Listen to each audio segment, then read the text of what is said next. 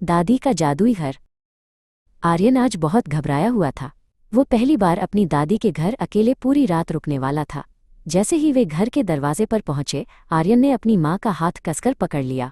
उसका छोटा सा बैग उसके कंधों पर भारी लग रहा था। उसने सोचा, क्या मैं रात को घर की याद में रोने तो नहीं लगूंगा। आर्यन के पापा ने नीचे झुककर उसे गले लगाया और धीरे से कहा, तुम बहुत बहादुर हो आर्यन, यहाँ तुम्हें बहुत मजा आएगा। आर्यन ने एक फीकी मुस्कान दी। उसे अपने घर का कमरा और अपने खिलौने याद आ रहे थे। उसे लगा जैसे उसका मन अभी भी घर की गलियों में घूम रहा है। तभी दरवाज़ा खुला और दादी बाहर आईं। उनके चेहरे पर एक बड़ी और प्यारी मुस्कान थी।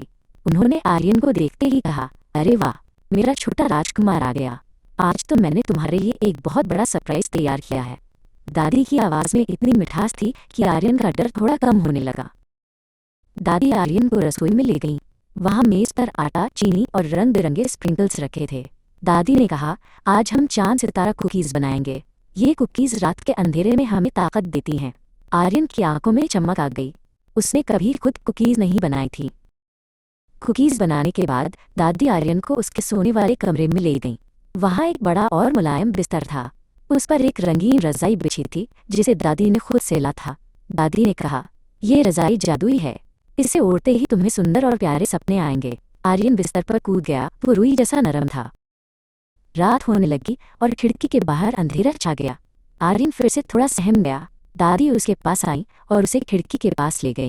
उन्होंने आसमान की ओर इशारा करते हुए कहा, देखो आर्यन, वो चंदा मामा तुम्हारे घर के ऊपर भी चमक रहे हैं और यहाँ भी। वे पूरी रात तुम्हारी रखवाली करेंगे। फिर दादी ने एक पुरानी अलमारी खोली और उसमें से एक बड़ा सा टॉर्च निकाला। उन्होंने बिस्तर के ऊपर चादरों से एक गुफा बनाई।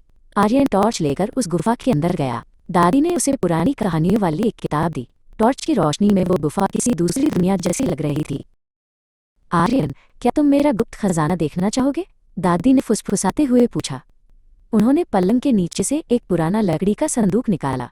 उसके अंदर आर्यन के पापा के बचपन के खिलौने थे, एक छोटी लकड़ी की ट्रेन और कुछ रंगीन लट्टू। आर्यन को यह जानकर बहुत हैरानी हुई कि उसके पापा भी कभी इतने छोटे थे। अब आर्यन की आंखें भारी होने लगी थीं। दादी ने उसे जादुई रज़ाई ओढ़ाई और एक प्यारी सी लोरी सुनाई। आर्यन को अब डर नहीं लग रहा था। उसे महसूस हुआ कि दादी का घर भी उतना ही सुरक्षित और प्यारा है जितना उसका अपना घर। कुछ ही पलों में वो गहरी और मीठी नींद में सो गया। अगली सुबह जब सूरज की किरणें कमरे में आईं तो आर्यन मुस्कुराते हुए जागा।